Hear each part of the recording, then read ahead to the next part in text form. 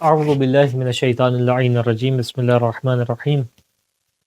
امام زین العابدین علیہ الصلوۃ والسلام سے انتہائی معروف حدیث جس کو حدیث رسالۃ الحقوق کے نام سے جانا جاتا ہے، جس میں امام نے مختلف ہیومن رائٹس کو بیان کیا، ان چیزوں کو بیان کیا ہے کہ جو اللہ نے انسانوں کے اوپر دوسرے انسانوں کے حقوق قرار دیے ہیں، یہاں تک وہ بھی بیان کیا کہ جو اللہ نے انسان کے اوپر اپنے خود نفس کے اور اعضاء و جوارح کے اور انسان کے اپنے افعال کے حقوق قرار دیے ہیں۔ اس حدیث کے ذیل میں گفتگو جاری تھی اور آپ کے سامنے اس چیز کو پیش کیا کہ اللہ نے کس انداز سے جو انسان کے اوپر سرپرست ہیں ان کے حقوق قرار دیے۔ اس مرحلے پہ آ کے امام بیان کرتے ہیں کہ اللہ نے جو تمہارے ماتحت ہیں ان کے حقوق کو کس انداز سے قرار دیا، اور یہاں پہ بیان کرتا حق الرعیہ، یعنی وہ کہ جو تمہارے ماتحت کسی بھی اعتبار سے آتے ہیں۔ اس کو امام نے تین چیزوں میں تقسیم کیا ہے۔ ایک وہ کہ جو حکمرانی میں تمہارے ماتحت ہیں، یعنی تم کسی ملک کے بادشاہ ہو اور تمہارے ماتحت آتے ہیں، اس کا حق کیا ہے۔ ایک حق امام نے بیان کیا جو تمہارے علمی اعتبار سے تمہارے ماتحت آتے ہیں۔ پہلے حصے میں لوگوں کے لیے حاکم کے حق کیا ہیں یہ بیان کیا تھا، اب حاکم کے اوپر لوگوں کے لیے حق کیا ہے اس کو بیان کیا۔ دوسرا، پہلے حصے میں حق بیان کیا تھا کہ شاگرد کے لیے استاد کا حق کیا ہے، اب یہاں بیان کر رہے ہیں کہ استاد کے اوپر شاگرد کا حق کیا ہے۔ اسی طریقے سے اس مرحلے پہ آ کے امام نے زوجہ کا حق بیان کیا اور غلام کا حق کو بیان کیا۔ بیان کرتے ہیں امام اما حقوق رعیت کا بالسلطان، کہ تم جن لوگوں کے اوپر حاکم ہو اس کا حق کیا۔ اور یہ بہترین نصیحت ہے، یہ بہترین پیمانہ ہے سوچنے کے لیے، فکر کرنے کے لیے ان کے لیے کہ جن کو اللہ نے حکومت عطا کی ہے، جن کو اللہ نے یہ اختیار عطا کیا کہ اپنے آپ کو کس طریقے سے، تمہاری غیرت کا تقاضا یہ ہے کہ تم لوگوں کے ساتھ انصاف سے پیش آؤ۔ کس طریقے سے امام نے کیا خوبصورت الفاظ کا انتخاب کیا، فَأَن تَعْلَمْ أَنَّكَ بِمَا اسْتَرْعَيْتَهُمْ بِفَضْلِ قُوَّتِكَ عَلَيْهِمْ، کہ تم یہ جان لو، کیا چیز جان لو، کہ وہ چیز کہ جس چیز نے تمہیں ان کے اوپر نگران اور حافظ قرار دیا ہے، وہ کیا چیز ہے، وہ تمہاری قوت اور تمہاری صلاحیت اور تمہاری قوت کے اندر ایک فضل تھا جس کی وجہ سے تم آئے ہو یہاں تک۔ یہ فضل گویا اللہ نے عطا کیا تھا۔ یہ میرے اپنے الفاظ ہیں۔ فَإِنَّهُ إِنَّمَا أَحَلَّهُمْ مَحَلَّ رَعِيَّتِ لَكَ ضُعْفُهُمْ وَذُلُّهُمْ، یہ لوگوں کی ضعف تھا اور لوگوں کی تنگ دستی تھی، کمزوری تھی، کہ جس کے سبب سے تم ان کے حاکم قرار پائے، وہ تمہاری رعیت قرار پائے۔ فَمَا أَوْلَى مَنْ كَفَاكَهُ ضُعْفُهُ وَذُلُّهُ، اور کون اس سے بڑھ کے ہو سکتا ہے، یعنی تمہاری نگاہ میں تمہارے لیے کون تم سے اس شخص زیادہ اہمیت کا حامل ہو سکتا ہے کہ جس کے ضعف نے اور جس کی کمزوری نے جو ہے وہ تمہیں یہ طاقت عطا کی ہو، تمہیں بے نیازی عطا کی ہو۔ یعنی انسان کے لیے اہم ترین شے کیا ہے، جو اس کو بے نیازی عطا کرے، اور اس مرحلے پہ تمہیں بے نیازی عطا کرنے والی شے یہ لوگوں کا ضعف ہے۔ یعنی تم جب ان کے اوپر حاکم بنے ہو تو اپنے نفس کے ذریعے سے ان کے اوپر ظلم نہ ڈھاؤ، بلکہ کیا کرو، ان کا احترام کرو۔ کیوں؟ کیونکہ ان کے ضعف کی وجہ سے تم ان کے اوپر حاکم بنے ہو۔ حتی سیراہ لک رعیت، یہاں تک یہ لوگ تمہارے رعیت بن کے تمہارے ماتحت آ گئے۔ وسیر حکمک علیہ نافذا، یہاں تک کہ ان کا ضعف تھا جس کی وجہ سے تمہارا حکم ان کے اوپر آ کے نافذ ہو گیا۔ ولا یمتنع منک بعدۃ ولا قوہ، اور یہ تمہاری عزت اور تمہاری طاقت میں مانے نہیں ہو پائے، اس وجہ سے تم ان کے حاکم بنے ہوئے ہو۔ ولا یستنصر فیما تعاظمہ منک الا باللہ، ہاں لیکن یہاں پہ مرحلہ کیا ہے کہ اتنا باریک نقطہ ہے کہ اب جب اللہ نے تمہیں قدرت عطا کر دی ہے اور ان لوگوں کو تمہارا ماتحت، تمہارا رعیت میں شمار کیا ہے،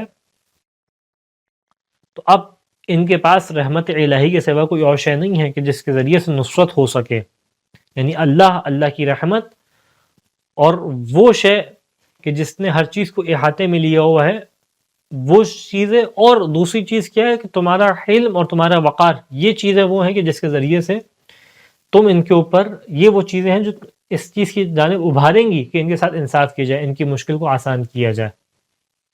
لا تستنصر فیما تعاظمہ منک، یعنی تمہاری جانب سے صرف کون سی چیزیں مددگار بن سکتی ہیں، وہ کیا کہ اللہ کی ذات ہو، رحمت کا پہلو ہو تمہاری ذات کے اندر، یہ رحمت جو ہے تمہاری ذات کے اندر یہ سبب بنے گی اس چیز کی کہ تم ان سے جو ہے وہ اچھے سے پیش آؤ، ان کی مشکلات کو آسان کروں، والحائطہ اور اس چیز جس نے تم کو گھیرا ہوا ہے، والاناء یعنی حکم، یعنی انسان کا وقار کی کیفیت، حلم کی کیفیت، یعنی انسان امام گویا اس حاکم کو کی غیرت کے اوپر سوال اٹھا رہے ہیں کہ دیکھو وہ کتنا مجبور ہے جو تمہارے ماتحت ہے، وہ تمہیں کوئی نقصان نہیں پہنچا سکتا.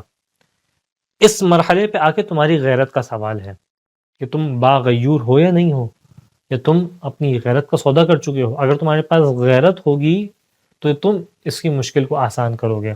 وما اولاک اذا عرفت ما آتاک اللہ من فضل هذه العزة والقوة التي قهرت بها، اور اس چیز سے بڑھ کے کیا چیز ہو سکتی ہے، کیا چیز کہ جب تم نے جان لیا کہ اللہ نے تمہیں قوت عطا کی ہے، اللہ نے یہ عزت عطا کی، اللہ کی جانب سے یہ عزت ہے کہ جس کے ذریعے سے تم ان کے اوپر قاہر ہو، ان کے اوپر باقدرت ہو.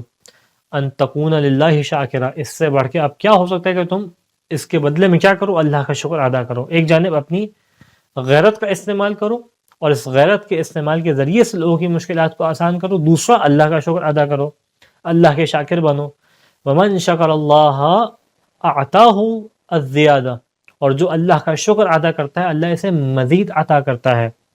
یعنی یہ نہ سمجھنا اگر تم خدا کا شکر ادا کرو گے اور لوگوں کی مشکلات کو آسان کرو گے، نتیجہ کیا ہوگا کہ تمہارے مسائل بڑھ جائیں گے. نہیں، امام کیا کہہ رہے ہیں، اعطاہ زیادہ، اللہ اسے مزید ادا کرتا ہے، فیما انعم علیہ، جس چیز کو اس نے عطا کیا تھا، ولا قوت الا باللہ، اور اس چیز کے اندر بھی صرف طاقت کس کی، اللہ کی قدرت ہے.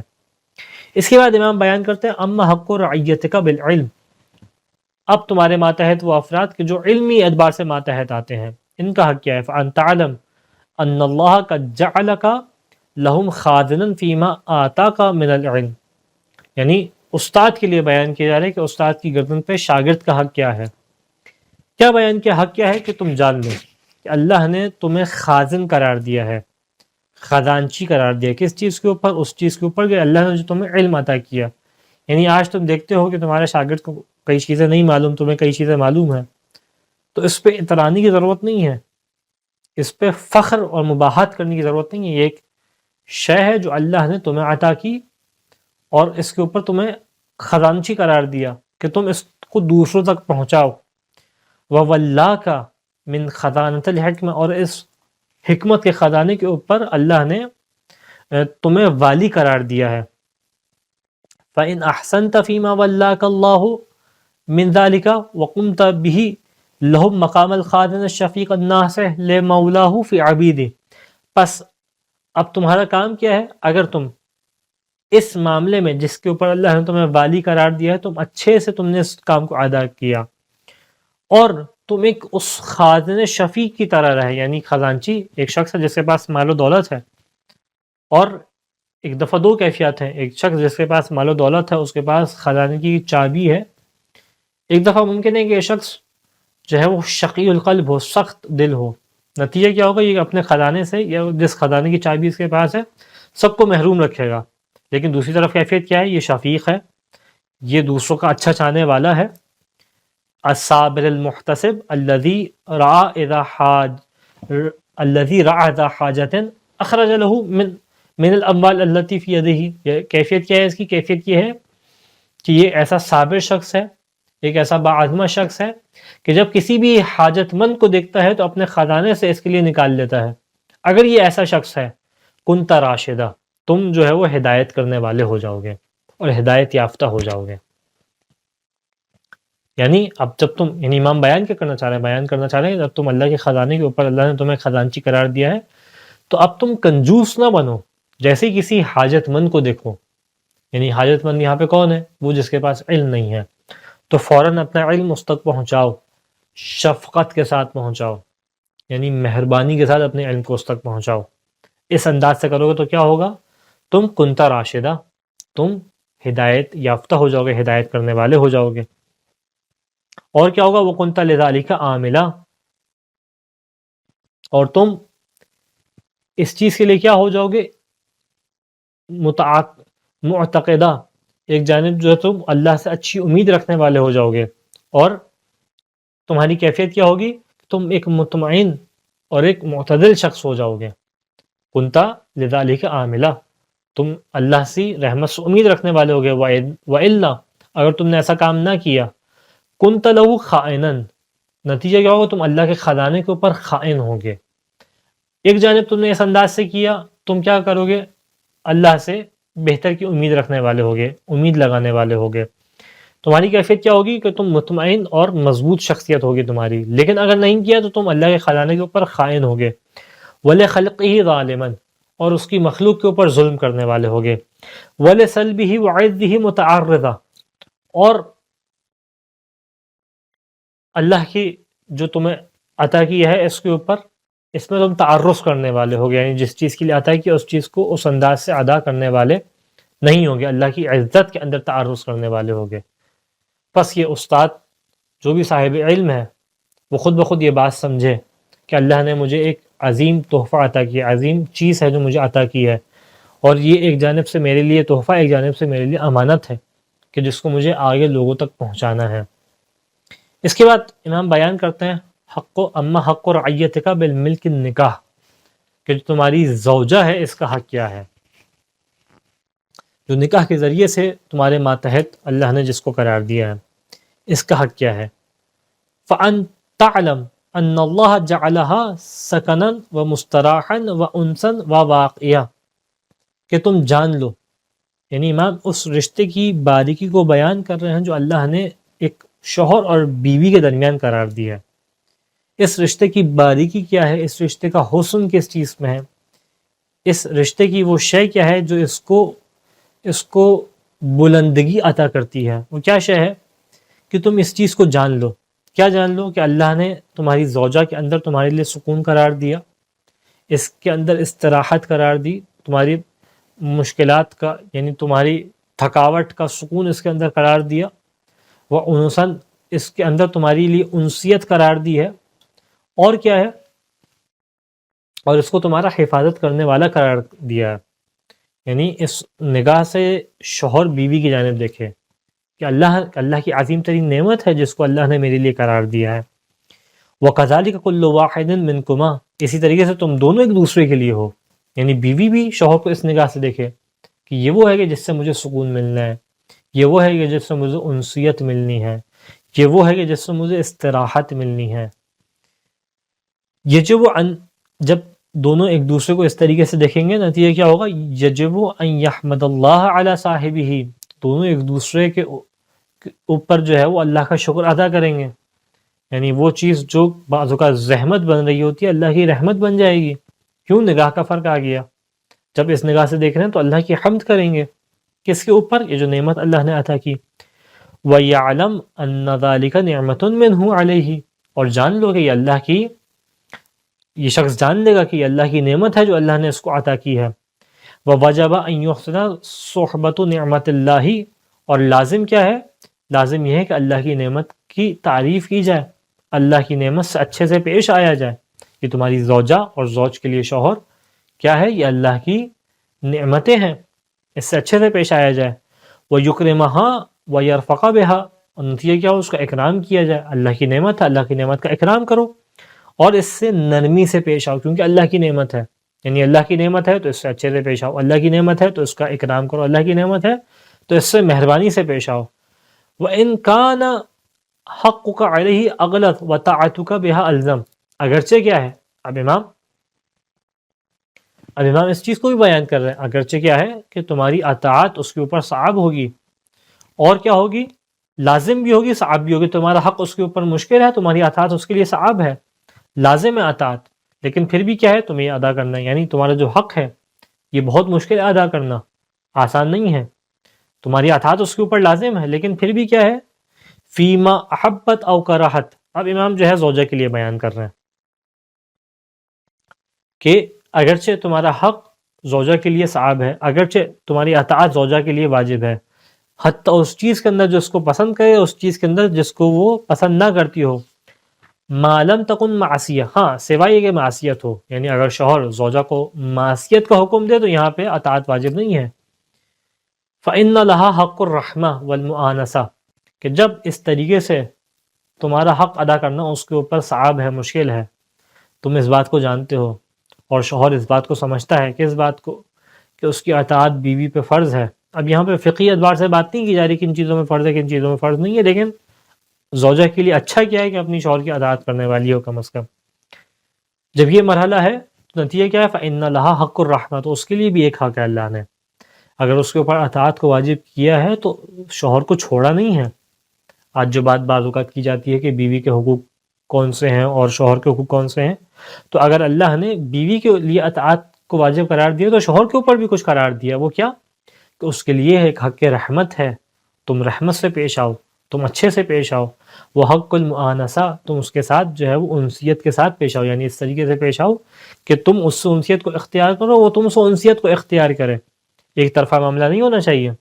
ایسا معاملہ نہیں ہونا چاہیے کہ تم ایک جانب سے جو ہے وہ سختی سے پیش آؤ اور ایک جانب سے اطاعت کرے. نہیں، اس کا کام ہے اطاعت کرنا، تمہارا کام ہے مہربانی اور رحمت اور انسیت کے انداز سے پیش آنا. وَمَوْضِعُ السُّكُونِ إِلَيْهَا قَضَعُ اللَّذَّةِ الَّتِي لَا بُدَّ مِنْ قَضَعِهَا وَذَلِكَ عَظِيمٌ. اور اس کے لیے کیا چیز قرار دی ہے کہ اس کو سکون عطا کرو. موضع السکون الیہا، تمہارے سکون کو اس کے اندر قرار دیا ہے. وقضاء اللذہ، اور کیا قرار دیا ہے اس کے اندر؟ تمہاری لذات اس سے جو ہے وہ وقوع پذیر ہوتی ہیں. التی لا بد من قضائها، وہ لذات کے جن کا ادا ہونا لازم ہے، ورنہ تم فساد کی جانب جاؤ گے. وذالک عظیم، یہ عظیم نعمتیں ہیں جو اللہ نے گویا اس کے اندر قرار دیا تمہاری زوجہ کے اندر. بس انسان اس حق کا خلاصہ کرے تو کیا خلاصہ بنتا ہے کہ زوجہ کا حق یہ ہے کہ انسان پہلے اس کی قدر کو پہچانے، اس کی منزلت کو پہچانے، اس کے نعمت ہونے کا احساس کرے کہ اللہ نے اس کے اندر میرا سکون قرار دیا، میرے لیے استراحت قرار دی، اللہ نے اس طریقے سے قرار دیا ہے. اس چیز کو پہچانے.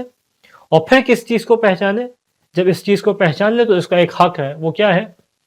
کہ اس کے ساتھ رحمت سے پیش آئے، اس کے ساتھ اس انداز سے پیش آئے کہ دونوں ایک دوسرے کی انسیت کا احساس کر سکیں، نہ کہ دونوں ایک دوسرے سے انسیت کے برعکس نفرت اور تنفر کا احساس کریں. وَلَا قُوَّةَ إِلَّا بِاللَّهِ، اور کوئی طاقت اور قدرت نہیں ہے سوائے اللہ کے. اس مرحلے کے بعد امام بیان کرتے ہیں حق المملوک، یعنی وہ کہ جو تمہارے غلام ہیں. اب شاید یہ آج کے دور میں ہم اس چیز کو اس انداز سے نہ سمجھ سکیں، لیکن اپنے ذہن کو تھوڑا سا تاریخ میں لے کے جائیں کہ جہاں انسان ہمیشہ دوسرے کی غلامی میں ہوتا ہے. آج تو ہمارے یہاں کوئی کام کرنے والا آتا ہے، کام کر کے کچھ گھنٹے چلا جاتا ہے، ہم اس کو کچھ پیسے دے دیتے ہیں.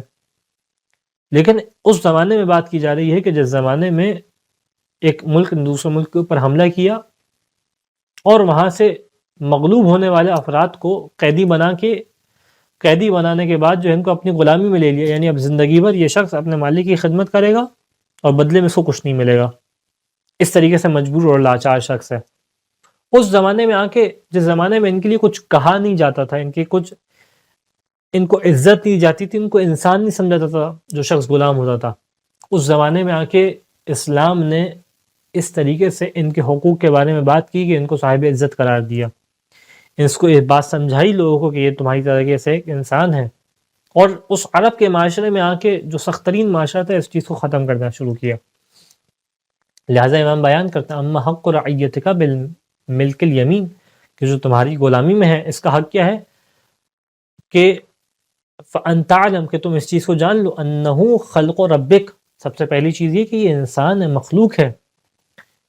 یعنی ہیومن رائٹس کے معاملے میں اسلام کتنا باریک اور کتنا دقیق ہے کہ اتنا زیادہ اہمیت دیتا ہے کہ اس موقع پہ بھی آ کے ان کے حقوق کو بیان کر رہا جب ان کو انسان نہیں سمجھا جا رہا تھا کہ تم سمجھو یہ اللہ کی مخلوق ہے. وَلَحْمُكَ وَدَمُكَ وَأَنَّكَ تَمْلِكُهُ،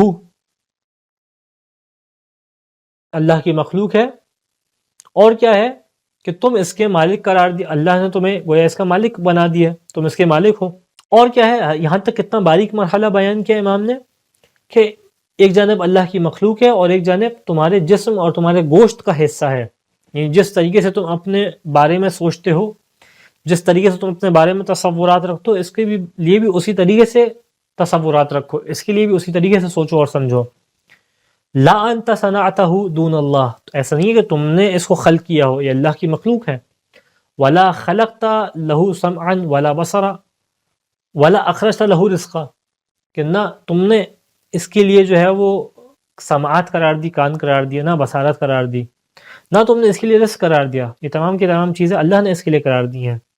وَلَكِنَّ اللَّهَ كَفَاكَ ذَلِكَ، لیکن اللہ نے کیا کیا؟ اللہ نے تمہیں ان چیزوں کے لیے اس کا کفیل قرار دیا، تمہیں اس مرحلے پہ قرار دیا کہ تم اس کی ان چیزوں کو ادا کرو. ثُمَّ سَخَّرَهُ لَهَا لَكَ، اور اس کے بعد اس کو تمہارے لیے مسخر کر دیا، یعنی اس کو اس منزلت پہ قرار دیا کہ تمہارے کام آ سکے. وَأَتَمَنَكَ عَلَيْكَ، لیکن اس کا مطلب یہ نہیں اگر تمہارے کام آ رہا ہے، تمہارے امور میں آسانی کا سبب بن رہا ہے کہ تمہارا غلام ہو گیا یا تمہیں اس کا حساب کتاب نہیں دینا، بلکہ کیا یہ اللہ کی امانت ہے جو تمہارے پاس قرار دی گئی ہے. وَاسْتَوْدَعَكَ إِيَّاهُ، اور تمہاری ودیعت میں تمہارے پاس بطور امانت ہے. کس چیز کے لیے؟ لِتَحْفَظَهُ، تاکہ تم اس کی حفاظت کرو.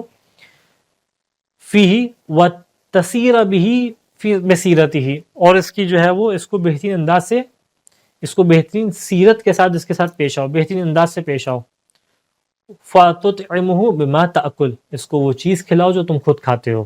یعنی دیکھیں کس انداز سے، جس معاشرے میں غلام کو انسان نہیں سمجھا جا رہا تھا، مخلوق نہیں سمجھا جا رہا تھا، بے جان شے سمجھا جا رہا تھا، انسانیت اس طریقے سے پستی میں تھی، اسلام کس چیز کی بات کر رہا ہے؟ اپنے غلام کو وہ کھلاؤ جو تم خود کھاتے ہو. وَتُلْبِسَهُ مَا تَلْبَسُ، جو تم خود پہنتے اس کو وہ پہناؤ. وَلَا تُكَلِّفْهُ مَا لَا يَطِيقُ، جو چیز کی صلاحیت یہ نہیں رکھتا اس اتنا وزن اس کے اوپر نہ ڈالو.